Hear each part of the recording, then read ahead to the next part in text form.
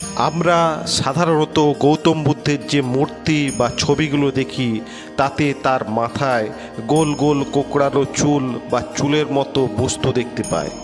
সত্যি কি এগুলো তার মাথার চুল না অন্য কিছু? সংসার ত্যাগের সময় তিনি মাথা মুড়িয়ে নেন, তাহলে এগুলো কি? এর পিছনে একটি প্রচলিত কাহিনী রয়েছে।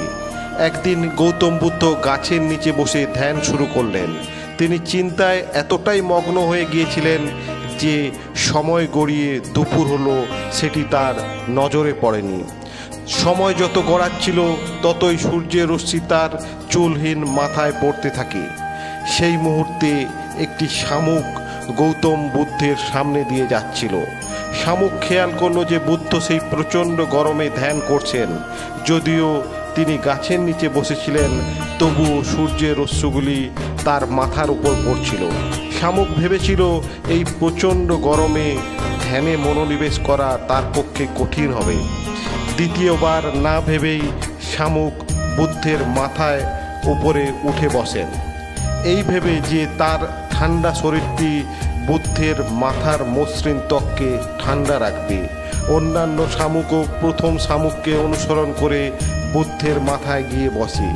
এই শামুকগুলি দেখে মনে হচ্ছিল যেন বুদ্ধের মাথায় কোনো পেঁচানো খোলসের টুপি।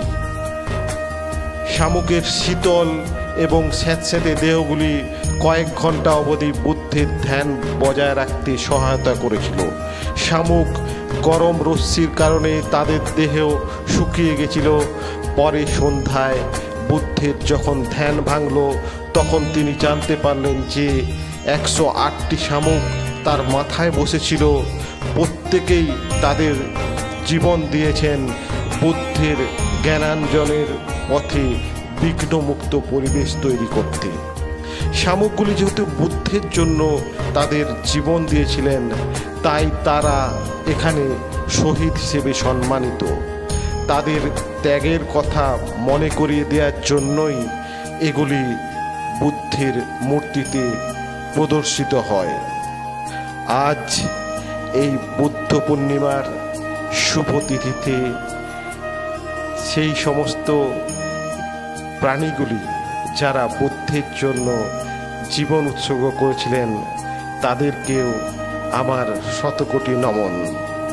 এবং বলতেই হবে যে বুদ্ধের কথায় যদি আপনি না চান তাহলে আপনাকে কেউই উদ্ধার করতে পারবেন না।